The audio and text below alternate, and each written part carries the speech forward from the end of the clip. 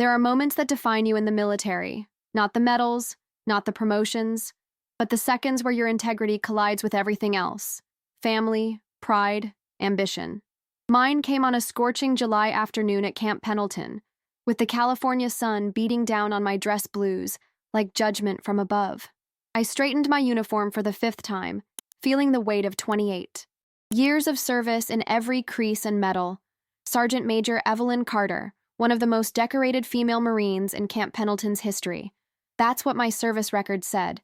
But today, standing in the shadow of my civilian cousin, I felt like a ghost in my own skin. "You could have worn something nicer," Trevor said, eyeing my uniform with thinly veiled contempt. "It's a birthday party, not a briefing." I met his gaze without flinching. "This is the nicest thing I own, Trevor." He laughed, adjusting his custom-tailored suit. Italian cut, probably cost more than 3 months of my salary. "Well, it's your funeral. Just don't stand too close to me in the photos." The base courtyard had been transformed for General Robert Steele's 60th birthday celebration. Red, white, and blue bunting hung between pillars. A military band played softly in the corner. Champagne flowed freely among the dignitaries, politicians, and high-ranking officers who'd come to pay respects to one of the most influential men in the Marine Corps. I spotted the general across the lawn, surrounded by a circle of admirers. His wife, Rebecca, caught my eye and waved me over with a warm smile. We'd served together in Iraq before she retired to raise their children. One of the few people who knew the real me. "Evelyn, thank God you're here. Save me from another conversation about golf handicaps," she said, embracing me. "Happy to serve, ma'am," I replied with a small smile. Rebecca rolled her eyes. "Drop them, ma'am. I've seen you pull shrapnel out of your own leg while coordinating an evac. We're beyond formalities." The general turned, his weathered face brightening when he saw me. "Sergeant Major Carter, the party can officially begin." "Happy birthday, sir," I said, offering a crisp salute. He returned it, then pulled me into a brief hug. "At ease, Carter. Today I'm just Bob." I relaxed marginally, though years of discipline made it impossible to fully drop my guard in such company. My hand instinctively touched the small gift box in my pocket, a Marine Corps keychain I'd had custom engraved with his initials and a quote from our time in Fallujah. It wasn't much, but it carried weight. "Speech time," someone called out, and General Steele was whisked away to the podium. I found my place among the other non-commissioned officers, feeling the familiar comfort of standing shoulder to shoulder with people who understood sacrifice. Lieutenant Colonel Hayes nodded respectfully. Master Gunnery Sergeant Ortiz gave me a subtle wink. These were my people. This was my world. Until Trevor's voice cut through the crowd. "General, before you start, I'd like to present something." The murmurs quieted as my cousin strode forward, commanding attention like he'd been born to it. Chief Chivery Burns, the family golden boy who'd dropped out of ROTC because taking orders wasn't his style, yet somehow built an empire selling equipment to the military he'd refused to join. "In honor of your 60 years of excellence," Trevor announced, producing a small box with theatrical flourish. "And in appreciation for your mentorship to military families like mine." My stomach tightened. Trevor had never exchanged more than pleasantries with the general. "I'd like to present you with this token of civilian gratitude." He snapped his fingers, and like magic, a glossy black Maserati rolled into view, guided by a valet in white gloves. A massive red bow adorned its hood. The crowd gasped, then erupted in applause.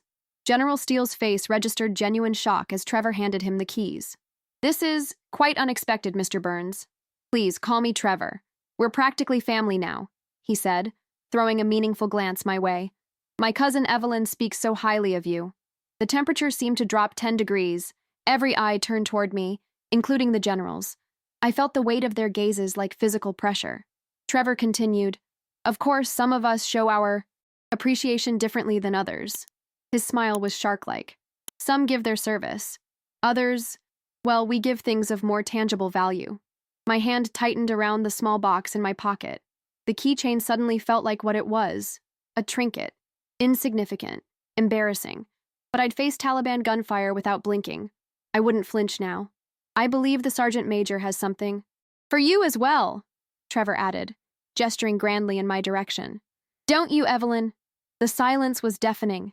Hundreds of eyes bore into me as I stepped forward, back straight, face composed. I withdrew the small wrapped package and presented it with the same precision I'd used to hand over mission-critical intelligence. "Happy birthday, sir," I said, my voice steady. "Just a small token of appreciation for your leadership." The general opened it, his expression unreadable as he lifted the keychain. It caught the sunlight, the engraved quote barely visible. "Honor isn't what we claim, it's what we give when no one's watching." A few awkward chuckles rippled through the crowd. Someone whispered something that made others laugh. Even the general's smile seemed strained as he tucked the keychain into his pocket. "Thank you, Sergeant Major. Very thoughtful." Trevor stepped forward, clapping a hand on the general's shoulder like they were old friends. "Now you have something to hang the Maserati keys on," he said, drawing another wave of laughter. I saluted, turned on my heel, and walked away, my face betraying nothing of the furnace burning inside me. 28 years of service, 3 tours in combat zones, and a chest full of medals meant nothing in that moment, all erased by the spectacle of wealth and showmanship. As I reached the edge of the crowd, Trevor's voice carried across the lawn. "Maybe if you'd spent more time chasing contracts instead of medals, you'd have had something real to offer." I didn't stop, didn't turn, didn't give him the satisfaction of seeing me break character. But something inside me had shifted, a decision made, because there was one thing Trevor didn't know, couldn't know, about my years of service. I kept records of everything, including what I knew about his business practices and the ways he'd been using my name to secure contracts. Tomorrow would be different. Tomorrow, I would bring my own gift to base, and it wouldn't come with a bow. Dawn broke over Camp Pendleton as I laced up my boots with methodical precision. Sleep had eluded me, my mind replaying yesterday's humiliation on endless loop, the brush of laughter, the pity in familiar eyes, the barely concealed smirks as I walked away, my small gift eclipsed by Trevor's grandiose display. But Marines don't wallow. We plan. We execute. We complete the mission. I opened my closet and pulled out the lockbox hidden behind my spare uniforms. The combination, 03142006, was burned into my muscle memory. March 14th, 2006. The day Marcus died in that Fallujah ambush. The day I learned that some prices can't be measured in dollars. Inside lay the documents I'd accumulated over years of quiet observation. Emails, contract discrepancies, photos of Trevor at military. Functions he had no right to attend, wearing decorations he never earned, and most damning of all, evidence that he'd been using my name and service record to secure defense contracts worth millions. "You always said your integrity wasn't for sale, Marcus," I whispered, touching the faded photograph of my late fiancé. His eyes stared back, frozen in time, a young lieutenant with an easy smile who'd promised to marry me after our deployment. Time to prove it. I tucked the file under my arm and drove to base, the familiar landscape of Camp Pendleton rolling past my window. Palm trees, barracks, training grounds where I'd pushed myself and countless Marines to their limits. This place had been more home to me than anywhere else for nearly 3 decades. The guards at the gate saluted crisply. "Good morning, Sergeant Major." I returned the salute, but noticed the slight hesitation in the younger guard's eyes. Word travels fast on base. By now, everyone had heard about the general's party, about Trevor's gift, about my keychain. As I parked outside headquarters, Lieutenant Diaz fell into step beside me. "Morning, Sergeant Major. Quite a shindig yesterday." I kept my gaze forward. "It was, Lieutenant. That cousin of yours," he hesitated. "He's something else." "He certainly is." Diaz cleared his throat. "The general's aide mentioned you might want to skip the dedication ceremony next week. Something about media attention and keeping things low-key." I stopped walking. "Did they now?" "Just passing along the message, ma'am." He looked uncomfortable. "No one's questioning. You're right to be there. But the general's office is concerned about optics. The final straw. Not just humiliated, but now being erased. Made invisible because I couldn't compete with Trevor's checkbook. Thank you, Lieutenant. Message received." I watched him hurry away, likely relieved to have delivered his uncomfortable directive. Around me, Marines went about their morning. Routines, some avoiding eye contact, others offering subdued nods instead of their usual greetings. It wasn't just yesterday's party. This had been building for years. I remembered the first time Trevor showed up in military circles, dropping my name like a password. The defense contractor conference where he implied we'd grown up sharing military dreams. The LinkedIn profile where he listed himself as coming from a proud Marine family tradition. The photos of him handling my medals for a Veterans Magazine feature, as if they were family heirlooms he had some claim to. I'd stayed silent then, maintained my dignity, chosen the high road. And for what? To be pushed aside when it mattered? To watch him use my service as a stepping stone while simultaneously mocking its value? My office felt smaller than usual, the walls closing in as I settled at my desk. The morning briefing reports awaited my review, but I pushed them aside. Instead, I opened the file and spread its contents before me. The evidence was substantial. Trevor's company had secured 3 major contracts by implying a connection to my service record. He'd used photos of us together in marketing materials, without permission.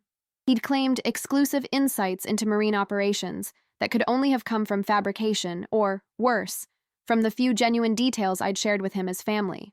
Most damning, documents showing he'd listed me as a strategic consultant on Department of Defense applications, complete with a forged signature. A federal offense. I gathered everything back into the folder, weighing it in my hands. 28 years of playing by the rules, of believing honor would speak for itself, of letting Trevor build his empire on the bones of my sacrifice. My phone buzzed with a text from Rebecca Steele. "You okay after yesterday? Bob feels terrible about what happened." I didn't respond. Couldn't find words that wouldn't sound bitter or self-pitying.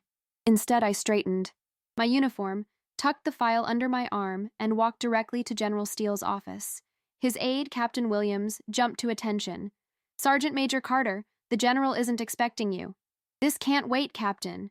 He's in a meeting with—" "It's about national security and contract fraud," I said quietly. "Your call if that takes precedence." Williams hesitated, then buzzed the intercom. "Sir, Sergeant Major Carter is here with an urgent security matter." Seconds later, I was ushered into the general's office. He sat behind his massive desk, tie loosened, my keychain visible beside a stack of paperwork. At least he hadn't thrown it away. "Sergeant Major," he said, rising, "what's this about security concerns?" I laid the file on his desk without a word. "What am I looking at, Carter?"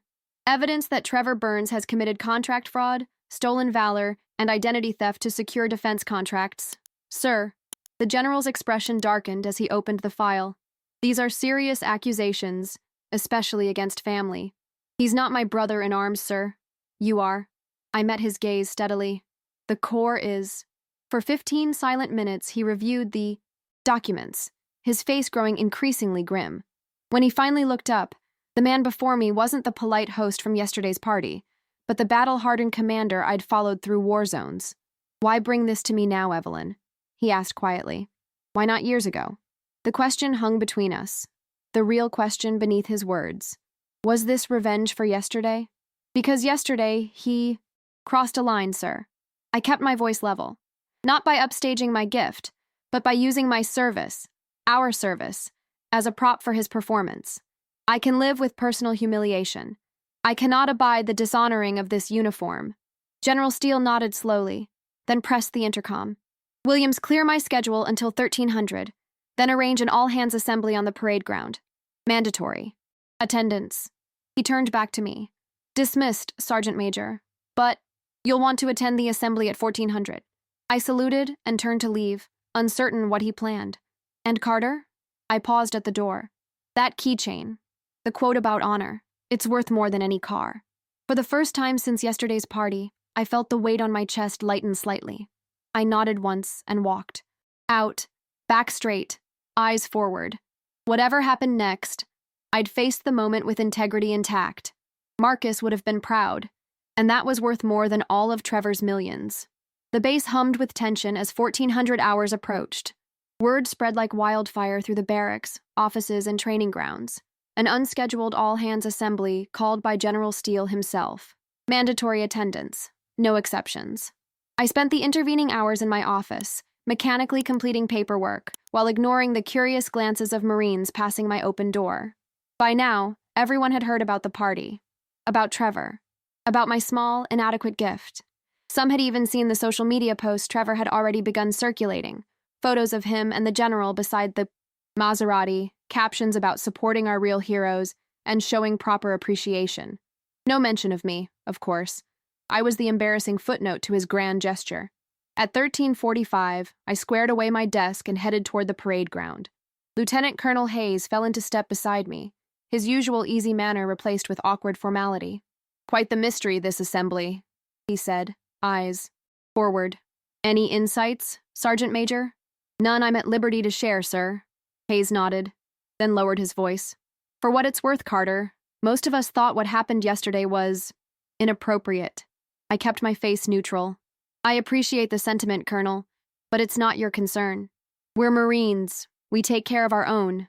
A simple statement that carried the weight of everything. I'd fought for over nearly 3 decades. We take care of our own. But yesterday had shown the limits of that promise. The parade ground was filled by the time we arrived. A sea of uniforms arranged in perfect formation under the punishing California sun.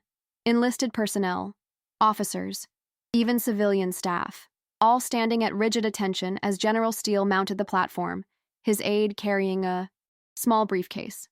I took my place among the senior non-commissioned officers, spine straight, eyes focused on the middle distance, the posture of a Marine awaiting orders. Whatever the general planned, I would face it with dignity. "At ease," General Steele commanded, and a ripple of movement passed through the assembly as feet shifted to shoulder-width apart, hands clasped behind backs. "I've called you here today to address a matter of integrity," he began, his voice carrying across the silent parade ground. "The United States Marine Corps was founded on principles of honor, courage, and commitment. These aren't just words we recite. They're the backbone of everything we do." I felt a trickle of sweat run down my back, though whether from the heat or apprehension I couldn't tell.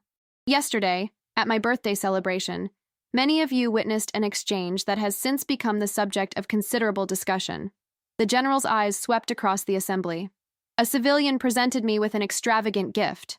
A serving Marine presented me with a keychain. Murmurs rippled through the ranks before being silenced by sharp glances from officers. Some found this contrast amusing. Some found it embarrassing. His voice hardened. I found it revealing. The general reached into his pocket and withdrew my keychain, holding it up so it caught the sunlight. This keychain bears an inscription.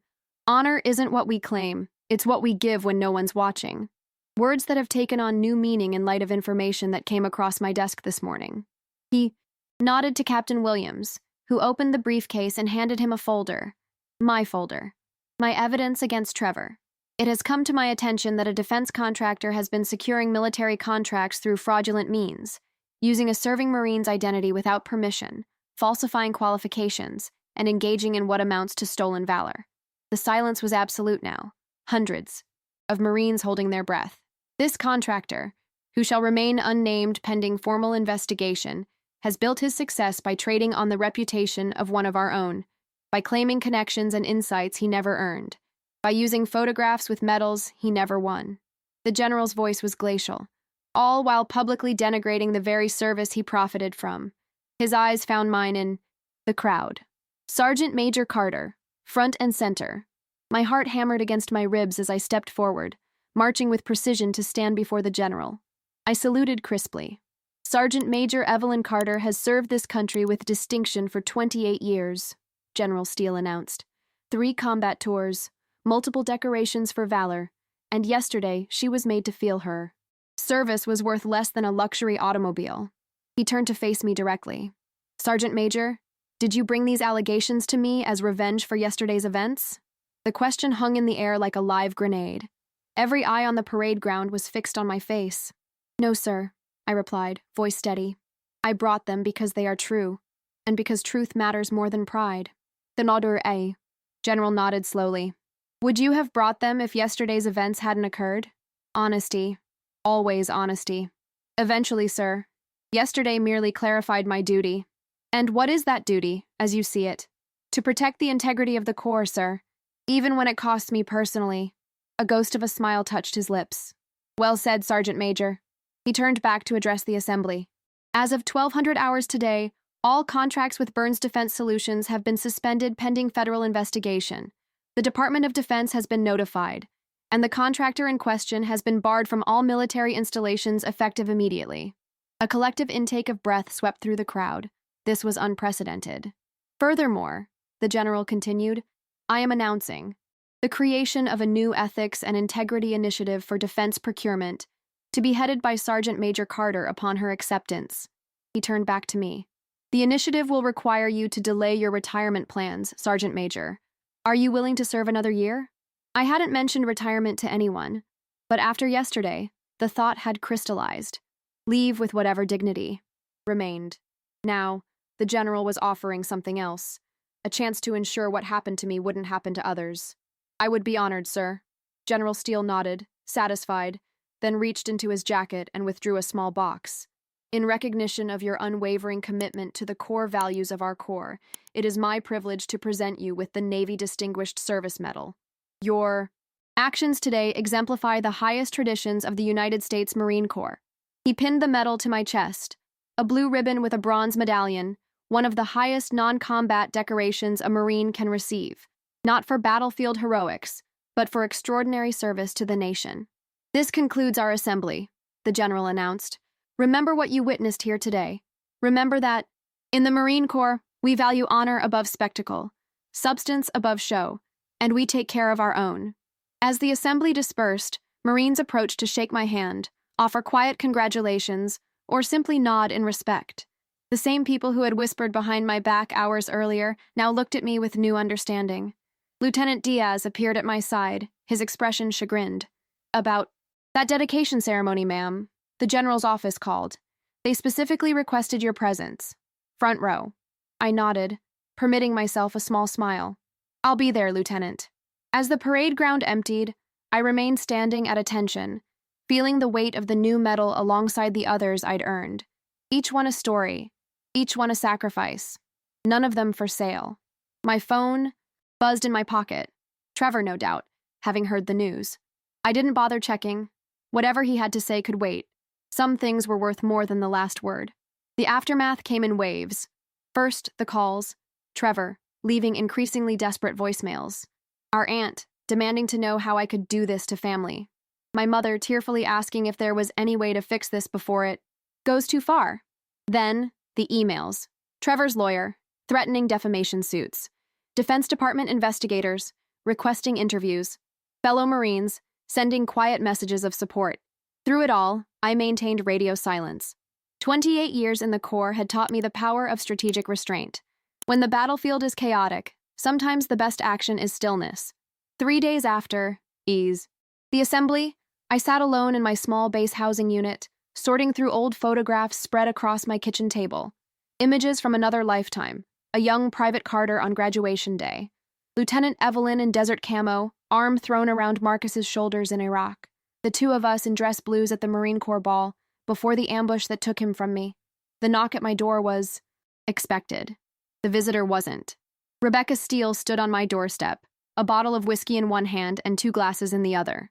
The general's wife had traded her usual polished appearance for jeans and a simple blouse. I come bearing liquid courage, she said, holding up the bottle. Figured you might need it. I stepped aside to let her in. Not sure courage is what I'm short on these days. No, she agreed, setting the glasses on my kitchen counter. That you've got in spades, but even Marines need reinforcement sometimes. She poured 2 fingers of amber liquid into each glass, handed one to me, and raised hers in a toast. To doing the right thing, even when it hurts.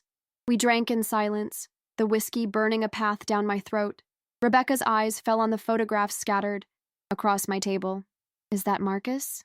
She asked softly, picking up the Marine Corps ball photo. I nodded. 15 years ago, 3 months before Fallujah. You two were quite the pair.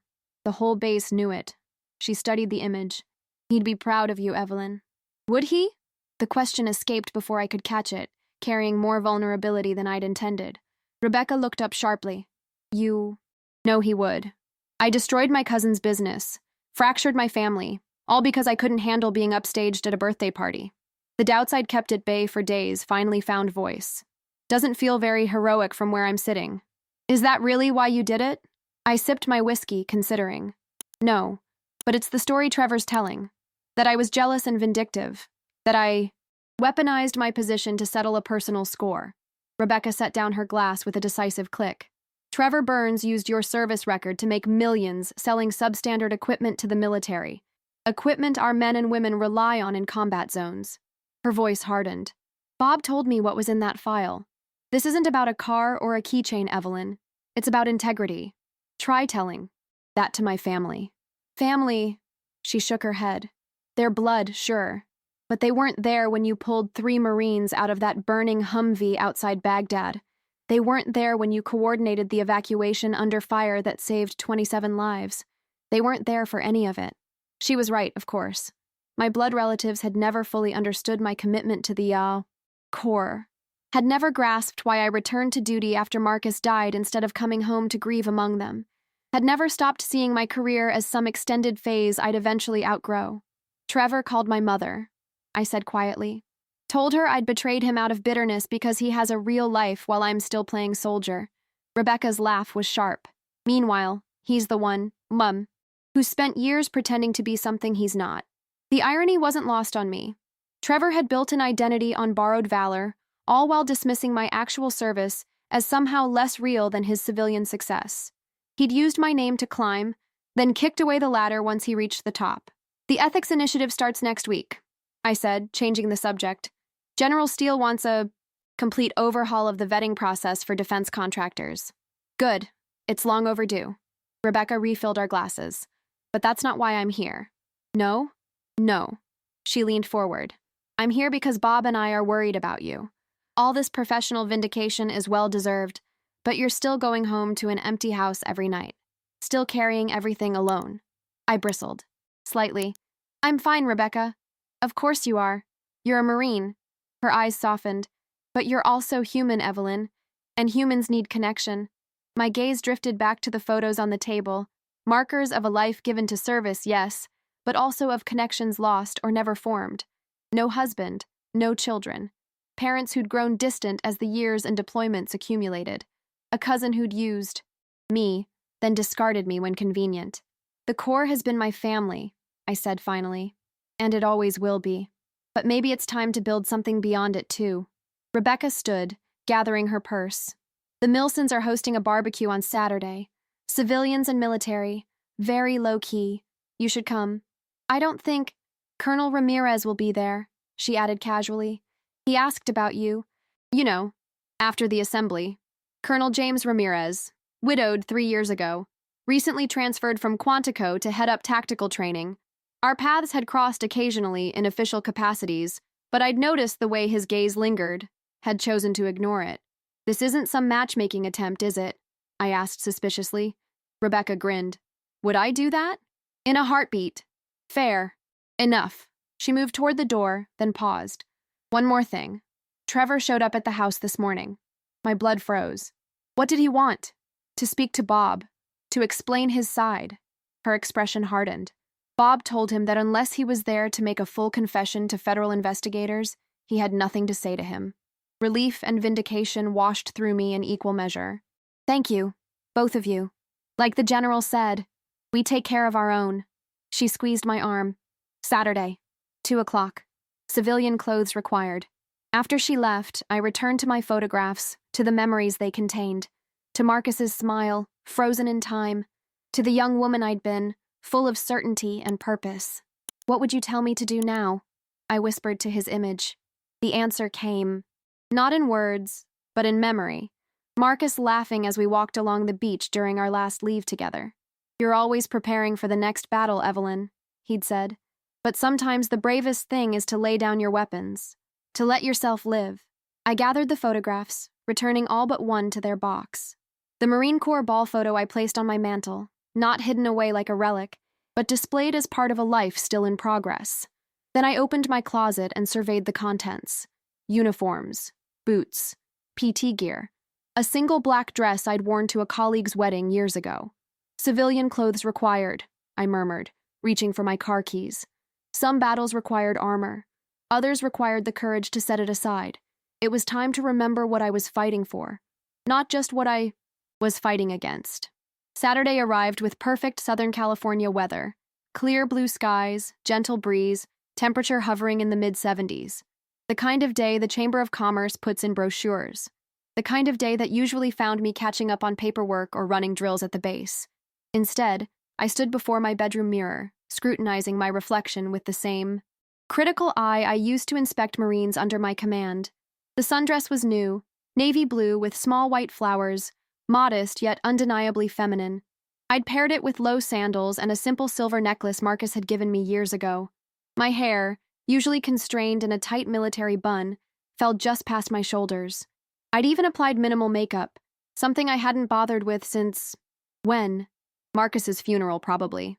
Reporting for civilian duty, I muttered to my reflection, feeling oddly vulnerable without my uniform's protective structure, without the weight of rank and medals to define me. The Milsons lived in Oceanside, in a sprawling ranch-style home with a view of the Pacific. As I pulled into their crowded driveway, I spotted familiar faces mingling on the expansive back deck. Rebecca chatting with a group of officers' wives, General Steele at the grill with Tom Milson, and various Marines and their families scattered across the lawn, all in civilian clothes, all looking strangely unfamiliar outside their uniforms. "You came!" Rebecca spotted me hovering at the edge of the gathering and hurried over, eyes widening as she took in my appearance. "And you're wearing…" "A dress. I might need to mark this day on the calendar." "Don't make me regret it," I warned, but returned her quick hug. "You look beautiful, Evelyn. Truly." She linked her arm through mine. "Come on, let me introduce you to some people. I know everyone here, Rebecca. You know Sergeant Willis. You don't know David, the history professor who loves deep-sea fishing and makes incredible paella." She nodded toward a group near the refreshment table. "You know Captain Hernandez, but you don't know Elena, who runs a nonprofit for veteran families and has a wicked sense of humor." I understood her point. For years, I'd known these people only through the narrow lens of rank and military function. Today was about seeing the full humans behind the uniforms. "Fine," I conceded. "Lead the way." For the next hour, I navigated this unfamiliar social terrain with the same determination I'd bring to any mission. I learned that Lieutenant Peterson played jazz saxophone in a weekend band, that Master Gunnery Sergeant Ortiz's wife was a renowned pediatric surgeon, that the quiet admin assistant from the general's office wrote award-winning science fiction under a pen name. Gradually, I felt myself relaxing, laughing at jokes, contributing to conversations that had nothing to do with duty rosters or training exercises.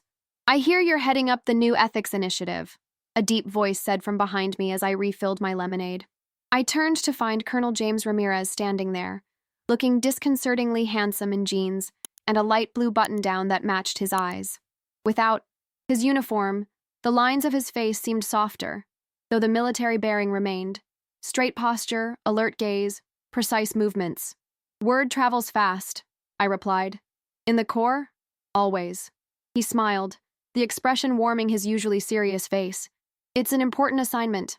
Long overdue. The general seems to think so." "The general is right." Ramirez studied me for a moment. "You look different, Sergeant Major." "Evelyn," I corrected him.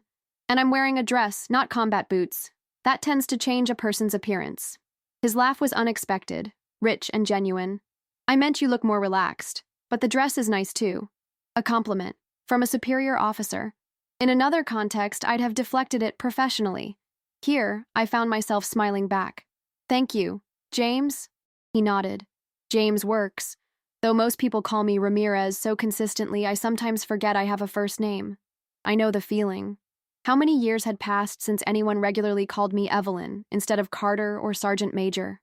We moved to a quieter corner of the deck, lemonade glasses in hand.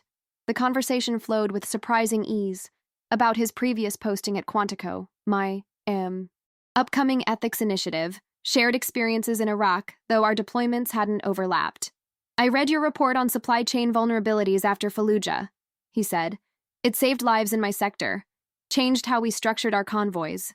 I blinked, caught off guard by the specific reference. That was buried in operational reviews. Most people never saw it. I make it a point to read the fine print, especially when lives depend on it. His expression sobered. "I was sorry to hear about Lieutenant Marcus Hayes. His unit served alongside mine briefly. Good officer. Good man." The mention of Marcus's name might once have sent me retreating behind professional walls. Today it felt like acknowledgement rather than intrusion. "He was," I agreed quietly, "the best of us. From what I've observed, Sergeant Major, you give him strong competition in that category." Before I could respond, Rebecca appeared, looking entirely too pleased with herself. "I see you two found each other. James, did Evelyn tell you she's considering taking up sailing?" I shot her a confused look. "I am? Aren't you? You mentioned wanting to try it after retirement." Her innocent expression didn't fool me. For a second. Must have slipped my mind, I said dryly. James raised an eyebrow. Interesting coincidence. I've been sailing since I was a kid. Have a small boat docked at the marina. How fortunate, Rebecca interjected before I could speak. Perhaps you could take Evelyn out sometime. Show her the basics. I cleared my throat. Rebecca, I'm sure the Colonel has better— I'd be happy to. He interrupted. If you're interested. Was I? The question caught me off guard. When was the last time I'd done something purely for enjoyment? For the experience of learning something new without military application? I'd like that, I heard myself say. Thank you. Rebecca beamed triumphantly before being called away by her husband. James and I exchanged amused glances. Subtle matchmaking. Attempt? He asked. About as subtle as artillery fire. He laughed again. Does it bother you? I considered the question seriously. It would, normally. But today, no, it doesn't. Good. He gestured toward the steps leading down to the beach. Walk?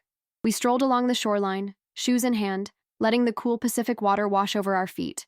Our conversation shifted to childhood. Memories, books we'd read, places we hoped to visit someday, the kind of ordinary exchange I'd almost forgotten how to have. As the sun began to set, casting golden light across the water, James stopped walking and turned to face me directly. I followed what happened with your cousin, he said carefully. The car, the assembly, all of it.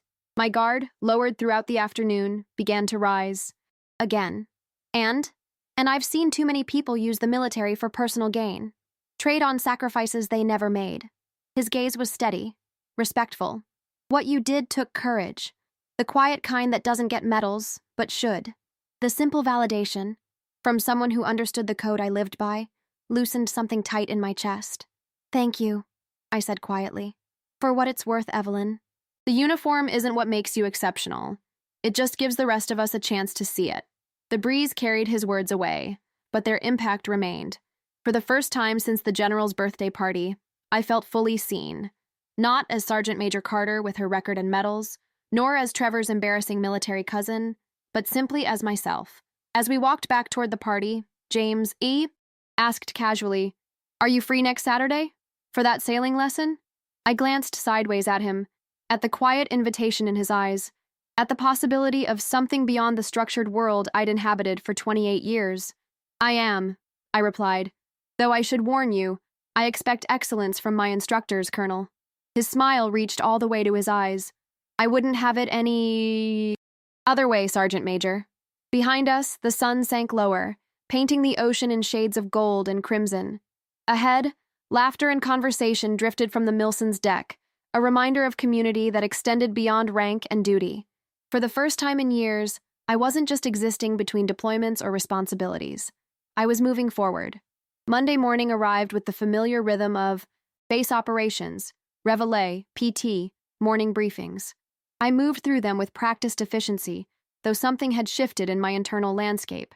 The weekend's civilian interlude had created space for perspective, a reminder that life existed beyond the bounds of Camp Pendleton.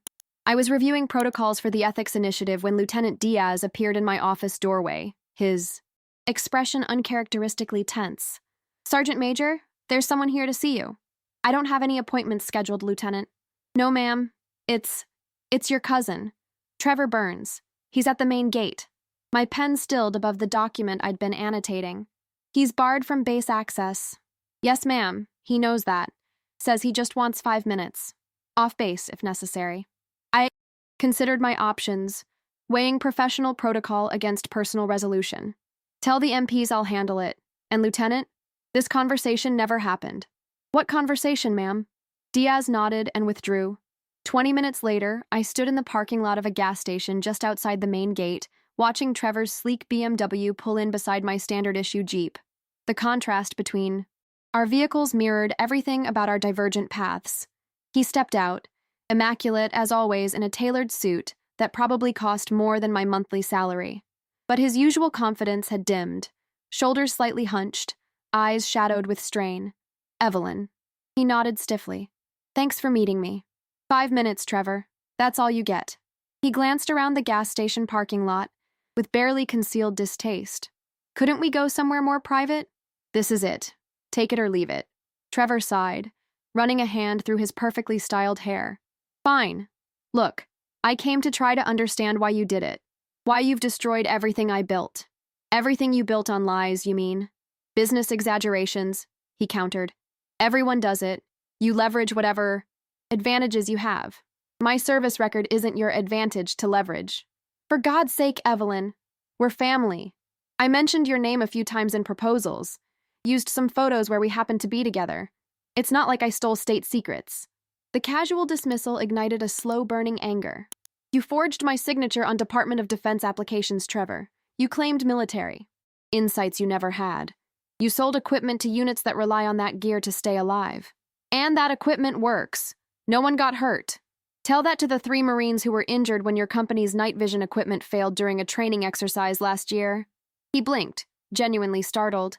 What? That wasn't reported. Not publicly, but I knew. I've always known.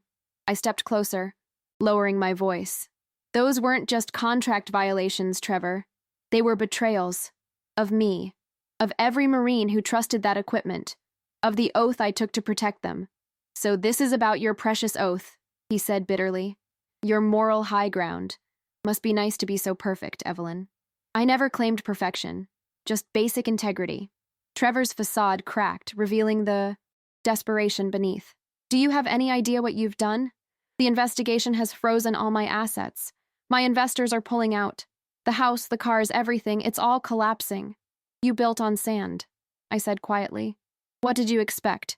I expected my family to have my back. His voice rose, drawing curious glances from a couple pumping gas nearby. Not stab me in it because I embarrassed you at some stupid party. Is that what you think this is about? The car? The keychain? I shook my head, amazed at his persistent blindness. Trevor, you've been using my service, a service you openly mock, to profit for years. The party was just the final straw.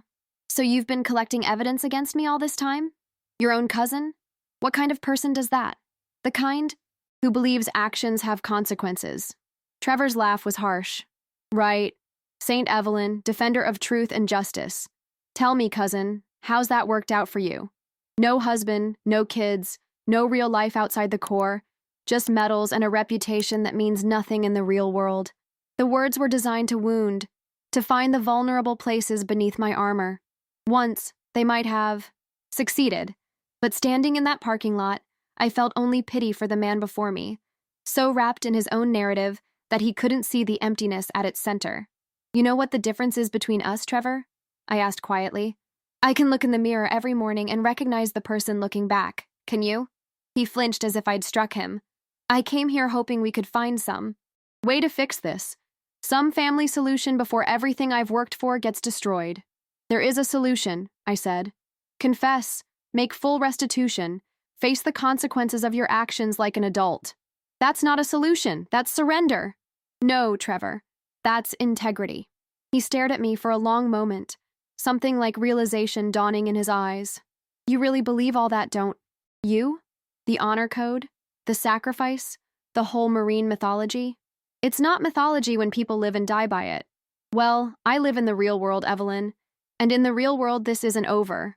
His expression hardened. You think you've won? You think your precious general and his ethics initiative will protect you?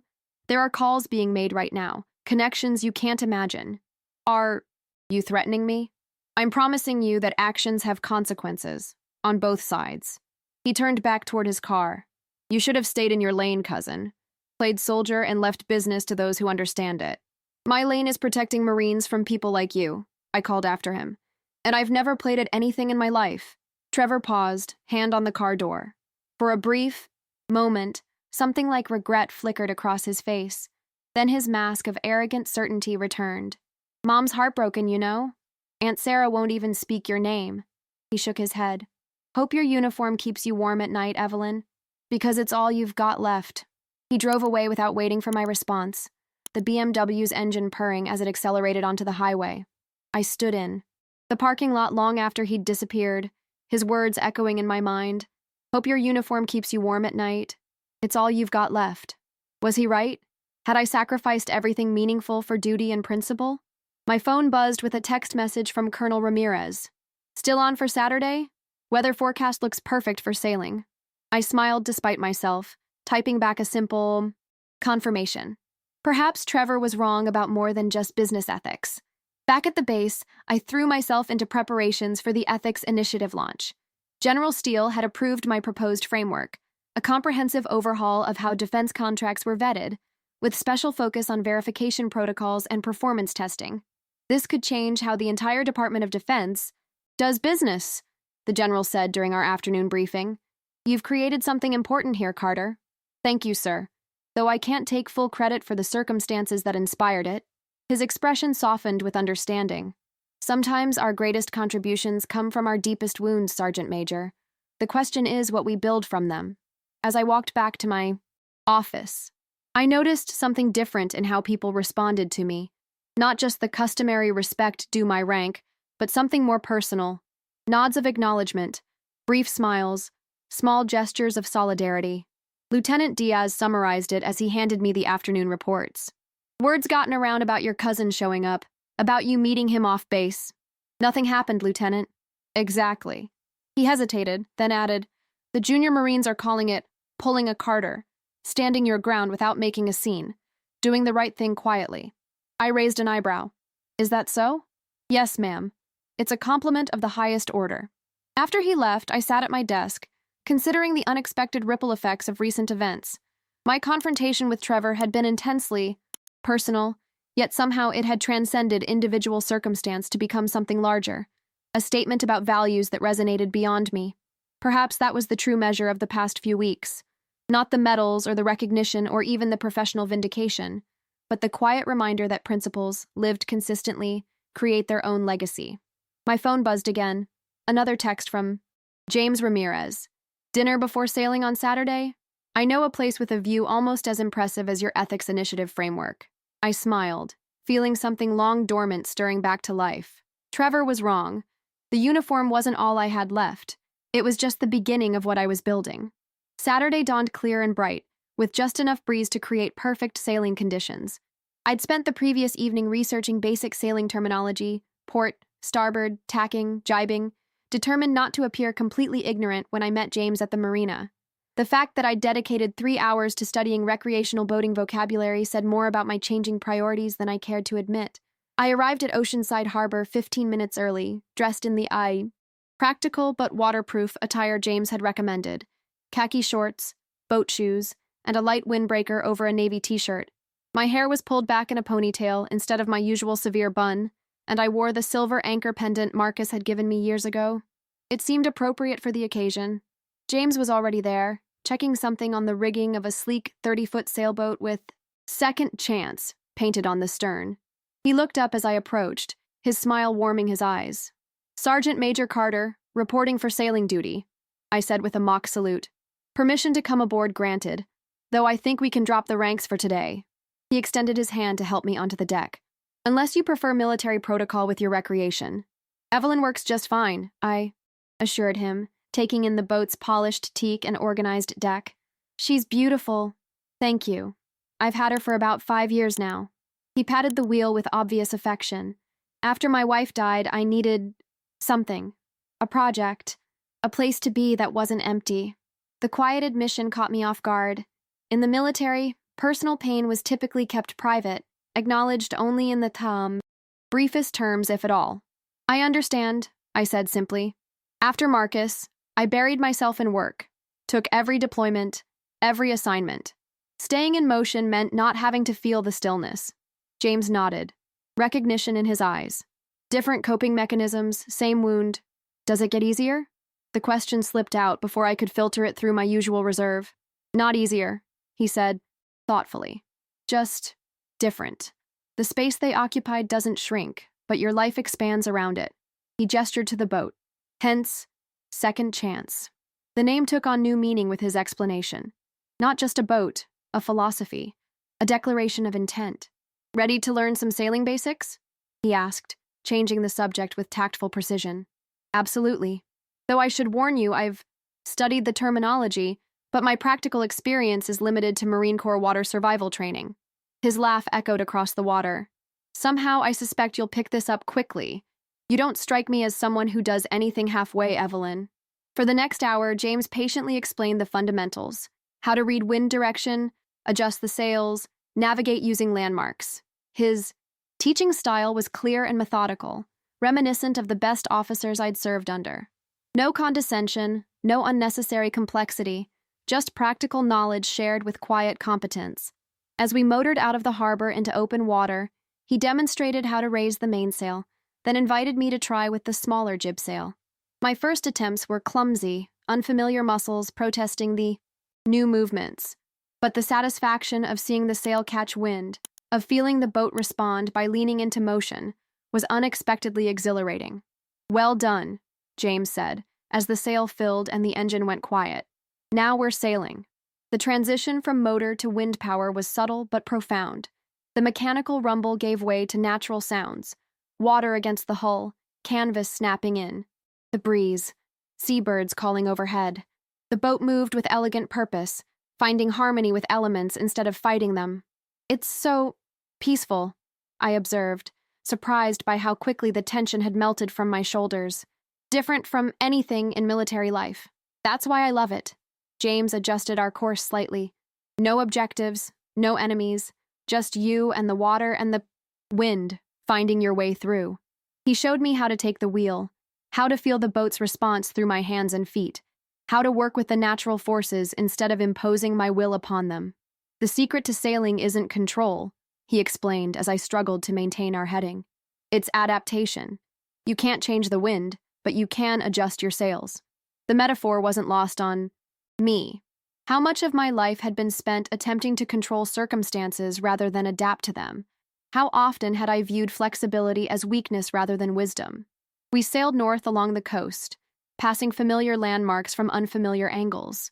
Camp Pendleton looked different from the water, smaller somehow, just one element in a vast landscape rather than the center of my universe. "Penny, for your thoughts," James said, coming to stand beside me at the wheel. "Just noticing how perspective changes things," I replied. "The base looks so contained from out here." He nodded. "One of sailing's unexpected benefits. It recalibrates your sense of scale." "I could use some recalibration," I admitted. "The past few weeks have been intense." "Any regrets? About your cousin, I mean." I considered the question seriously. "No, but I regret the necessity. I regret that he put me in that position, that he couldn't see the value in truth without the promise of profit. Some people never do," James said quietly. "My wife used to say there are two types of people in the world: those who serve something larger than themselves, and those who expect the world to serve them." Sounds like a wise woman. She was. His smile held both sadness and fondness. A pediatric surgeon. Saved hundreds of children. She used to tell me that my military service and her medical practice were just different expressions of the same core belief, that some things are worth protecting, even at personal cost. I found myself envying his marriage, brief though it had been. The shared values, the mutual respect, the understanding that commitment to principle wasn't fanaticism, but foundation. "Marcus and I talked about having children," I said, surprising myself with the disclosure. "After his final deployment, we had it all planned. He'd take a training position stateside, I'd scale back to base operations. We'd buy a house, start a family. Then Fallujah happened." James was quiet for a moment. "Do you still want those things?" "I don't know." The answer was honest, if uncomfortable. For years, I told myself it was too late, that I'd chosen the Corps instead. But lately, I've been wondering if I've been hiding behind duty, using service as a shield against vulnerability. He nodded slowly. "I asked myself the same question after Catherine died, whether my dedication to the Corps was conviction or escape. And what did you decide? That it can be both. That service can be genuine and still function as armor." He gestured toward the coastline. "But armor gets heavy if you never take it off." We fell silent, watching pelicans dive for fish in the distance. There was comfort in this shared understanding, in not having to explain the complex relationship between duty and self-protection to someone who already knew. As the afternoon progressed, James showed me how to tack across the wind, how to trim the sails for maximum efficiency, how to read the water's surface for changes in current. With each new skill, I felt something long dormant awakening. The simple joy of learning for learning's sake, without strategic purpose or professional application. When We finally turned back toward the harbor. The sun was low on the horizon, painting the water with streaks of gold and crimson. James took the wheel while I sat on the deck, watching the shoreline grow closer. "So," he said casually, "did sailing meet your expectations?" I smiled, feeling more relaxed than I had in years. "Exceeded them, though I suspect that has as much to do with the instructor as the activity." His answering smile reached all the way to his eyes. "High praise from Sergeant Major Carter. I'll add it to my performance review." "You should." I hesitated, then added, "And I'd like to do this again, if the offer stands." "The offer definitely stands." He adjusted our course slightly. "Though next time, I was thinking we might make a day of it. Sail down to Catalina Island. There's a little cove on the north side that's perfect for a picnic lunch." The invitation hung between us, not just for another sailing lesson, but for something more deliberate, more personal. "I'd like that," I said simply. As we docked and secured the boat, the easy camaraderie of the day shifted into something more uncertain. The structured activity was ending. What came next had no clear protocol. "I believe I was promised dinner with a view," I said, breaking the momentary awkwardness. James's relief was visible. "Absolutely.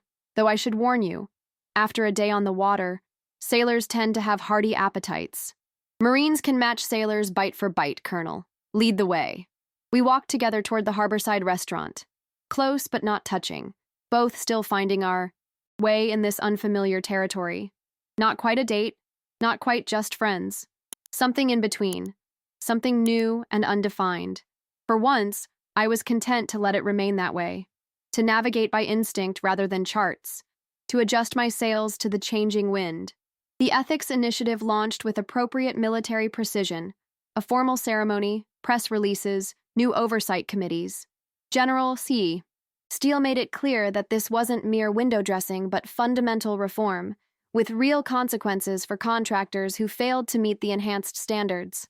I threw myself into implementation, developing verification protocols, training review teams, establishing clear lines of accountability.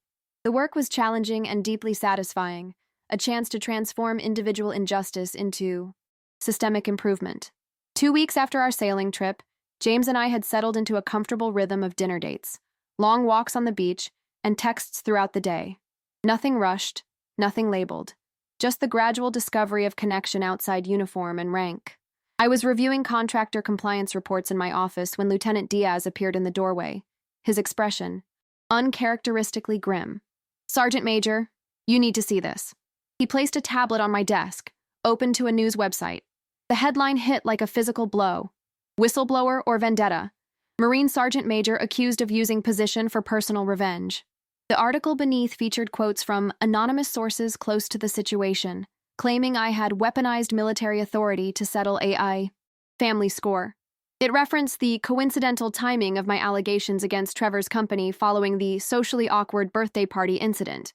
Worst of all, it included a photo of me from the general's birthday, caught in a moment of obvious discomfort as Trevor presented the Maserati, making me appear petty and jealous rather than principled. "There's more, ma'am," Diaz said quietly. "It's spreading across military forums. And there's speculation." "What kind of speculation?" He shifted uncomfortably. "About your relationship with Colonel Ramirez. Suggestions that he fast-tracked the ethics initiative approvals because of personal considerations." The implication was clear and sickening. Not content with attacking my professional integrity, they were now attempting to tarnish James's reputation as well. "Who's behind this?" I asked, though I already knew. "No official source, but the quotes align with statements your cousin made to other outlets defending his company's practices." Trevor. Of course. His parting words in the gas station parking lot hadn't been empty threats after all. "You think this is over? There are calls being made right now. Connections you can't imagine." I took a deep breath, steadying myself. "Thank you, Lieutenant. I'll handle it." After Diaz left, I read the article more carefully. The attack was cleverly constructed. No outright lies, just selective facts and insinuations woven into a narrative of personal vengeance. Difficult to refute without appearing defensive. My phone buzzed with a text from James. "Have you seen it? Call me when you can." Before I could respond, General Steele's aide appeared. "The General requests your presence immediately, Sergeant Major." I found the General in his office, expression thunderous as he paced behind his desk. Have you seen this hit piece, Carter? Yes, sir, just now. Coordinated attack, he growled. Not just this article. DOD has received calls from 2 senators questioning the ethics initiative, suggesting it was pushed through without proper review because of, he hesitated, because of my relationship with Colonel Ramirez. I finished for him. I'm aware of the implications, sir. General Steele stopped pacing and fixed me with a direct look. Is there truth to it? Not the impropriety, I know better. But the relationship itself? We've been seeing each other. Socially for the past few weeks, sir. Nothing that would compromise either of our professional duties. He nodded, unsurprised. I thought as much. Rebecca mentioned you two hit it off at the Milsons' barbecue. His expression softened slightly. For what it's worth, I think it's good for you both, but this complicates matters. I understand, sir. The timing is suspicious, just as the initiative begins reviewing your cousin's largest competitors. He shook his head in disgust. Classic misdirection tactic. Discredit the accuser to distract from the accusations. What would you like me to do, sir? The general considered for a moment. Nothing, publicly. No responses, no clarifications. That just feeds the narrative.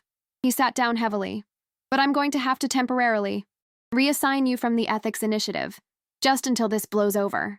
Though I'd anticipated the decision, it still stung. With respect, sir, isn't that giving them exactly what they want? It is, he agreed grimly. But we need to protect the initiative itself.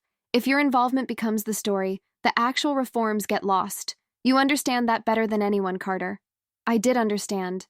The mission came before the individual. Always had. Always would. Colonel Hayes will step in as interim lead, General Steele continued. You'll be officially reassigned to the training division for the next month. Keep your head down. Let this pass. And Colonel Ramirez, sir? He's being temporarily reassigned to Quantico, a previously scheduled training assessment. The general's expression was apologetic, but firm. Distance between you two is prudent right now. I nodded, accepting the tactical necessity while hating the implication. Understood, sir. This isn't fair, Carter, to either of you, but it's necessary. The Corps comes first, I said automatically.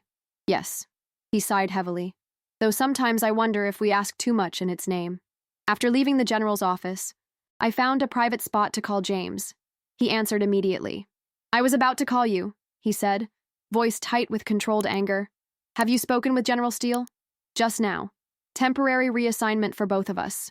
Tactical retreat, James said with grim understanding. Let the enemy exhaust their ammunition before counterattacking. Exactly. I hesitated. I'm sorry you've been caught in this. It's my fight, not yours. That's where you're wrong, Evelyn, he replied quietly. The moment they attacked your integrity, it became my fight too. The simple declaration caught me off guard. In my determination to handle problems independently, I'd forgotten what it meant to have genuine allies, people who stood with you not out of duty or obligation, but choice. When do you leave for Quantico? I asked. Tomorrow morning. It's a 2-week assignment, possibly longer depending on how this plays out. He paused. I'd like to see you tonight, if that's possible. Despite everything, I smiled. I'd like that too. We met at a small restaurant in Carlsbad, far from base and unlikely to be frequented by military personnel. The table was private, tucked into a corner with a view of the ocean. Under different circumstances, it would have been romantic. James arrived after me, his expression lightening when our eyes met. He took the seat across from mine, reaching for my hand without hesitation. You look exhausted, he said gently. Long day. I attempted a smile. Turns out character assassination is more draining than actual combat. At least in combat you can fight back. That's what makes this so effective, I admitted. Any defense sounds like justification. Any explanation seems like excuse. James nodded, understanding immediately. They've created a no-win scenario. Respond and you validate the narrative. Stay silent and you appear guilty. Exactly. The waiter brought our drinks, scotch for both of us. James raised his glass in a sardonic toast to strategic retreats. May they lead to tactical victories, I responded, clinking my glass against his. As we ate, we carefully avoided discussing the article directly, focusing instead on practical matters. His temporary assignment, my training division duties, when we might reasonably expect to see each other again. 2 weeks minimum, James said, calculating. Possibly longer if they decide to Extend the assessment. The general thinks a month should be sufficient for this to blow over, I added, though that seems optimistic given Trevor's connections. Speaking of which, James hesitated. Have you heard from your family since this broke? I shook my head. Not directly, though I imagine Trevor's version of events is circulating widely among relatives. No one questioning his account?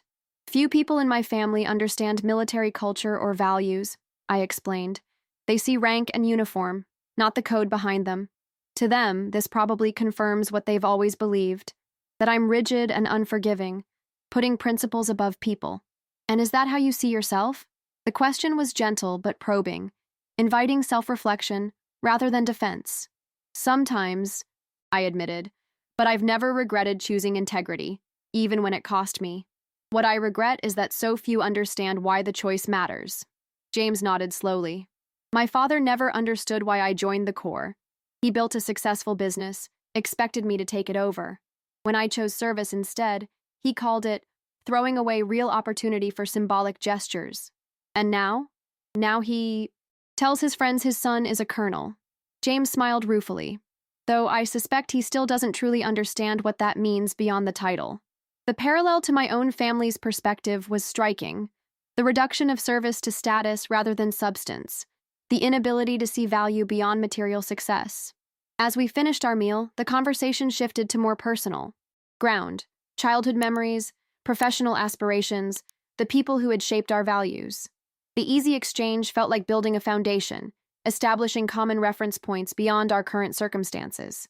When the check came, James insisted on paying, despite my protest. Consider it a promise, he said, that we'll do this again, under better circumstances. Outside the restaurant, we walked slowly toward our cars, reluctant to end the evening despite knowing separation was inevitable. I wish things were different, I said finally, that we could have had more time before this. James stopped walking and turned to face me directly. Evelyn, I've been a Marine for 24 years. I've never once allowed personal feelings to interfere with duty or judgment. Neither have you. We both know that.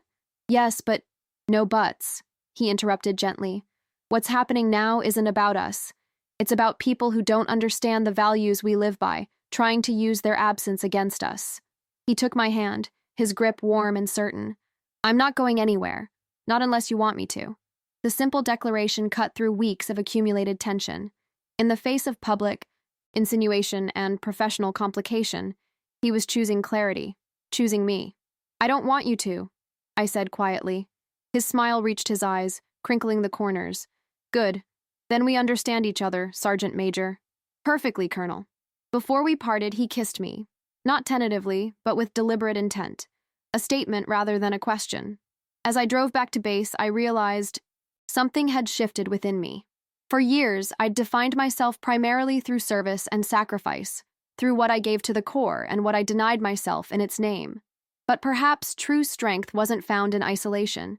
Perhaps it lay in the courage to build connections without compromising values, to let people in without letting principles go, to fight not just for honor in the abstract, but for a life worth honoring. The next month unfolded with excruciating slowness. Each day brought new challenges, subtle whispers when I entered rooms, questioning glances from junior officers, the careful distance maintained by colleagues who'd once been friendly.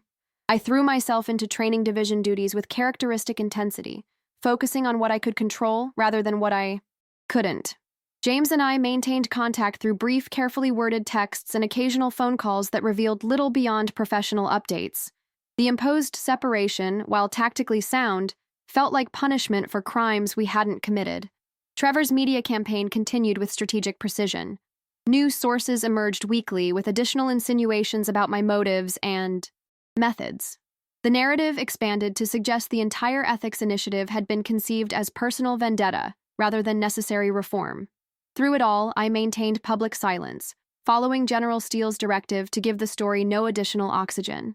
Privately, however, I documented every false claim, every misrepresentation, every carefully constructed lie. Not for revenge, but for record. 4 weeks into my reassignment, Lieutenant Diaz appeared at my office door, his expression uncharacteristically animated. Sergeant Major, you're going to want to see this. He handed me a tablet open to a military news site. The headline made my breath catch. Exclusive. Internal documents reveal defense contractor fraud beyond Burns' case. The article detailed extensive procurement fraud across multiple companies, including 3 of Trevor's largest competitors. Internal memos, financial records, and email chains provided damning evidence of systematic corner-cutting, test result falsification, and regulatory evasion, all exposed by the enhanced verification protocols of the Ethics Initiative. This broke an hour ago, Diaz explained. It's spreading fast. The DoD is issuing a formal statement this afternoon. I scanned the article, noting that it made no mention of me or the earlier controversy. This wasn't about personalities or family drama. It was about the substantive findings that validated the initiative's purpose. Who released this? I asked. Colonel Hayes authorized the disclosure once the evidence was verified. General Steele signed off. Diaz hesitated. There's more, ma'am. The original article about you? 3 publications have retracted it in the past hour. Apparently, the anonymous sources weren't so anonymous after all. Or credible. Before I could respond, my phone buzzed with a text from James. Have you seen it? This changes everything. As if on cue, General Steele's aide appeared in my doorway. The general requests your presence. Immediately, Sergeant Major. I found General Steele in his office, standing at the window overlooking the parade ground. He turned as I entered, his expression satisfied, but restrained. Well, Carter, it appears your ethics initiative is bearing unexpected fruit. So I've heard, sir. 4 companies implicated? 5 now, he corrected. The Air Force just added another to the list. Systematic. Fraud dating back years. He gestured for me to sit. The Pentagon is very interested in our verification protocols. They're considering implementing them department-wide. That's significant progress, sir. It's more than progress. It's vindication. The general returned to his desk. Which brings me to the reason I called you here. Effective immediately, you're being reinstated as head of the Ethics Initiative. Colonel Hayes did an admirable job in your absence, but this was always your vision. Relief washed through me. Thank you, sir. Don't thank me yet, he cautioned. There's more. The media retractions you've likely heard about, they didn't happen spontaneously. Someone provided those outlets with documented evidence that your cousin's anonymous sources were paid. Consultants with financial ties to affected contractors. I blinked in surprise. Who provided the evidence? That's the interesting part. General Steele slid a folder across his desk. Deputy Secretary of Defense Henry Macklin. Apparently, he's been quietly investigating defense procurement irregularities for months. Your initiative accelerated his timeline. The name registered immediately. Macklin, the Marine whose life I helped save in Fallujah? The very same. The general's smile was small but genuine. He remembers you, Carter. Says he's been following your career since that day. When he saw what was happening with the media attacks, he expedited his investigation. I had no idea he was involved. He kept it quiet, didn't want to compromise ongoing investigations. General. Steele leaned forward. But he was quite clear about one thing. He wanted you to know that this time he had your back. The simple statement carried profound weight. A circle closing, a debt repaid.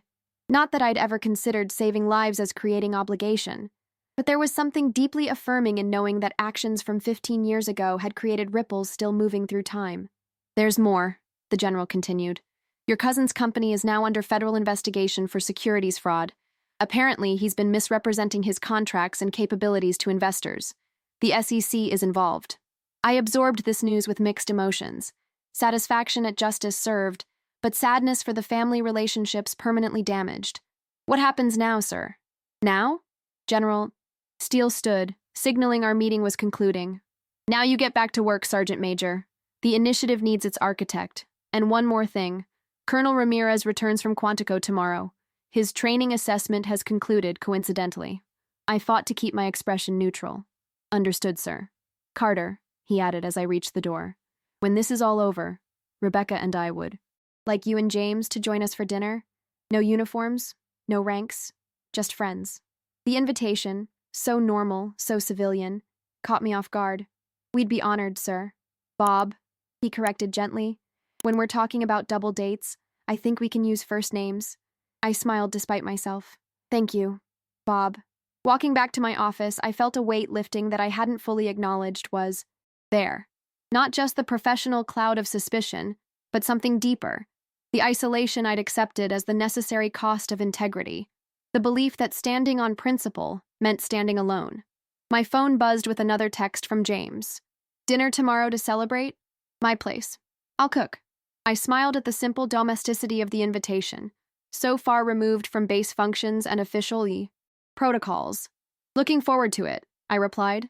Then, after a moment's hesitation, added, missed you. His response came seconds later. Missed you too. More than I expected. That evening, I returned to my quarters to find a small package on my doorstep. No return address, just my name in unfamiliar handwriting. Inside was a keychain, nearly identical to the one I'd given General Steele, but engraved with different words. The truth finds its own way forward. A note accompanied it, written on Department of Defense letterhead. Sergeant Major Carter. 15 years ago, you pulled me from a burning Humvee and coordinated the evacuation that saved my life and many others. I never forgot that day, or the quiet integrity with which you performed what you simply called duty. Recent events have given me the opportunity to return a fraction of what I owe you. Consider us still not even. With deepest respect and gratitude, Henry Macklin, Deputy Secretary of Defense. I ran my thumb over the engraved keychain, feeling the weight of connection across years and circumstances, of actions returning in unexpected ways, of integrity rewarded not through recognition or advancement, but through the silent acknowledgement of those who understood its value. My phone rang, my mother's number appearing on the screen. I hesitated, then answered. Evelyn? Her voice was tentative, uncertain. I've been seeing things on the news. About Trevor's company. About the investigation. It's true, I confirmed. All of it. A long silence followed. Then, I should have believed you from the start. We all should have. The admission was simple but profound. Not quite an apology, but an acknowledgement of truth recognized too late. It's done now, I said quietly. Are you okay with everything that's happened? I considered the question, looking around my small quarters, at the photographs on the mantel, the medal display, the sailing book James had given me before leaving for Quantico, at the life I'd built through choice and circumstance. I'm more than okay, Mom. I'm exactly where I'm supposed to be. After we hung up, I stepped outside to watch the sunset over the base, the familiar landscape of parade grounds and barracks bathed in golden light. For 28 years, this world had been my anchor, my purpose, my identity. It still was. But now it was expanding to include other possibilities, other connections, other ways of defining service and sacrifice and strength. The keychain caught the fading sunlight, its engraving briefly illuminated. The truth finds its own way forward. Sometimes, I reflected, so do we. The ethics initiative grew beyond anyone's expectations over the following months. What began as a Camp Pendleton reform expanded to become Department of Defense policy, with verification protocols and accountability measures implemented across all branches of service. General Steele was invited to testify before Congress. Colonel Hayes received a commendation for his interim leadership. And I found myself increasingly in Washington, briefing procurement committees and training oversight teams. Through it all, James and I built our relationship with deliberate care, balancing professional duties with personal connection, military protocol with growing intimacy, weekend sailing trips, quiet dinners, long conversations about everything and nothing, the gradual merging of separate lives into shared experience. 6 months after the media storm, I received official notification that my retirement request, filed nearly 2 years earlier but repeatedly deferred, had been approved. After 30 years of service, I would be leaving the Marine Corps with full honors and the rank of Sergeant Major. The timing felt right. The ethics initiative was firmly established, with dedicated staff and institutional support. My replacement, a sharp-eyed master gunnery sergeant with combat experience and an accounting degree, had completed a transition training, and I was ready finally for whatever came next. My retirement ceremony was scheduled for a clear June morning on the same parade ground where the assembly had occurred. As I prepared in my quarters, donning my dress blues one final time, I reflected on the journey that had brought me to this moment. From eager recruit to seasoned veteran, from solitary soldier to woman, reconnected with life's possibilities. James arrived to escort me to the ceremony, resplendent in his own dress uniform, silver eagles gleaming on his shoulders. His recent promotion to base executive officer meant we no longer had direct chain of command conflicts, allowing our relationship to exist more openly within military protocols. Ready for this, Sergeant Major? He asked, eyes warm with understanding of what the day meant. As ready as I'll ever be, I replied, adjusting my cover one last time. Though it feels strange, like stepping off a cliff without knowing what's below. I've heard there's water down there, he said lightly. Perfect for sailing. I smiled at the reference to our shared passion, which had expanded from occasional outings to regular weekend adventures. Second Chance had become my second home in many ways, a place of peace and possibility beyond base boundaries. The ceremony itself was both familiar and surreal. The precise formations, the speeches, the ceremonial passing of responsibilities. General Steele presented me with the Legion of Merit, citing my exceptional leadership, unwavering integrity, and visionary contributions to military procurement reform. As I stood at attention, eyes fixed on the middle distance, I caught glimpses of familiar faces in the audience. Rebecca Steele, dabbing at her eyes despite her husband's stoic example. Lieutenant Diaz, now Captain Diaz, standing with perfect military bearing. Master Gunnery Sergeant Ortiz, who'd served beside me through 2 deployments. Even Deputy Secretary Macklin had flown. In from Washington, his presence a quiet validation of connections that transcended rank and time. What surprised me most, however, was the figure standing at the very back of the assembled guests. My mother, wearing her Sunday best, clutching her purse with nervous dignity. We'd spoken occasionally in the month since Trevor's downfall, rebuilding tentative communication after years of distance, but I hadn't expected her presence today. After the formal ceremony concluded and the units were dismissed, I made my way through well-wishers toward her. She stood alone, looking small and uncertain among the uniformed personnel. "Mom," I said, genuinely moved. "You came?" "Of course I came." She reached up to straighten my collar in a gesture so familiar it brought unexpected tears to my eyes. "My daughter is retiring as a sergeant major of the Marine Corps. Where else would I be?" The simple statement acknowledged what she'd never fully understood before.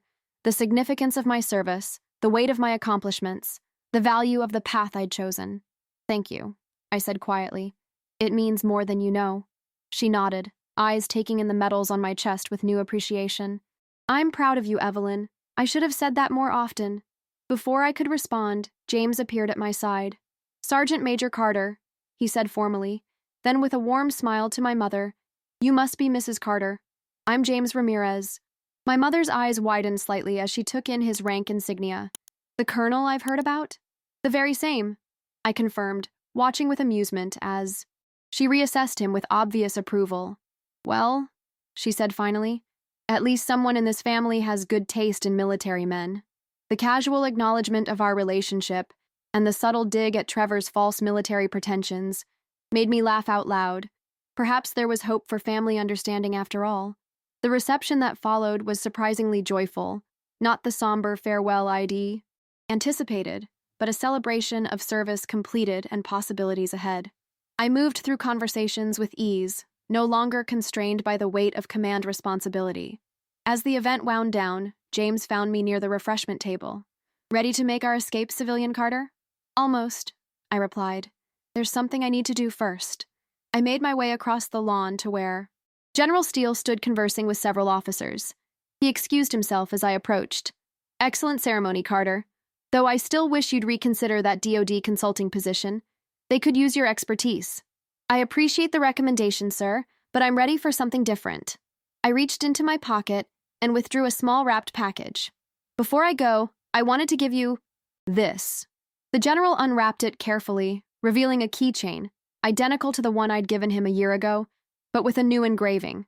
"Honor isn't what we claim, it's what we give when everyone is watching." He smiled, recognizing the modification to the original quote. "Full circle, Sergeant Major. With better outcomes than I could have imagined," I agreed. "What will you do now? Besides sailing with Ramirez, which Rebecca keeps me fully informed about." I laughed. "I've accepted a position with the Veterans Transition Initiative, teaching leadership and ethical decision-making to service members entering civilian careers." "Perfect fit," he nodded approvingly, "though I suspect Colonel Ramirez might have additional plans." "Sir?" General Steele's eyes twinkled. "Let's just say he requested a private meeting with me last week. Very formal, very proper, asked certain traditional questions." My heart skipped a beat. "Did he now?" "Indeed. And received full command approval." The general extended his hand. "It's been an honor serving with you, Evelyn Carter." "The honor was mine, sir." I returned his handshake, feeling the weight of 30 years' service in that simple gesture of respect. As I walked away, James fell into step beside me. "Ready to go?" "Where to?" "I thought we might take second chance out. Perfect afternoon for sailing." An hour later, we were gliding across the water, San Diego's coastline receding behind us. I'd changed from dress blues into civilian clothes, a simple sundress that caught the breeze as I stood at the bow, face turned toward the, endless horizon. James joined me there, his arm slipping comfortably around my waist. "Happy?" "Yes," I said, realizing with some surprise that it was absolutely true. "Though I keep waiting for it to feel strange, not being Sergeant Major Carter anymore." "You'll always be Sergeant Major Carter," he said quietly. "Just as I'll always be Colonel Ramirez. The uniform shapes who we are, even when we're not wearing it." I nodded, understanding exactly what he meant. "But it doesn't have to be all we are." "No," he agreed. "It doesn't." We sailed in comfortable silence, the boat finding its rhythm with the waves. After a while, James moved to adjust the sails, then returned with 2 glasses of champagne. "A toast," he proposed. "To retirement." "To new beginnings," I countered, clinking my glass against his. He smiled, then reached into his pocket. "Speaking of new beginnings," the small velvet box in his hand made my breath catch. He opened it to reveal a ring. Not a traditional diamond, but a silver band inlaid with blue stone the color of deep water. "Evelyn Carter," he said simply. "I've spent my life serving something larger than myself. I'd like to spend whatever comes next. Serving something larger than both of us. This connection, this partnership, this second chance we've been given." Tears blurred my vision, unexpected, uncharacteristic, unstoppable. Not from sadness or even overwhelming joy, but from the profound recognition of coming home to a place I'd never been before. "Is that a yes?" James asked, his confidence momentarily wavering. "It's a yes," I confirmed, letting him slip the ring onto my finger. "Though I should warn you, I expect excellence from my husband, Colonel." His smile reached all the way to his eyes. "I wouldn't have it any other way, Sergeant Major." As the sun began its descent toward the horizon, painting the ocean in shades of gold and crimson, I leaned against the man I loved and watched the coastline of my past recede into distance. Not forgotten or abandoned, but providing foundation for whatever lay ahead. Trevor had been wrong about so many things, but perhaps most profoundly about this. My uniform had never been all I had. It had simply been preparation, teaching me discipline, courage, integrity, and the capacity for commitment that made true connection possible. The breeze caught our sails, pushing us forward into open water, into uncharted territory, into the next mission, whatever it might be. Together.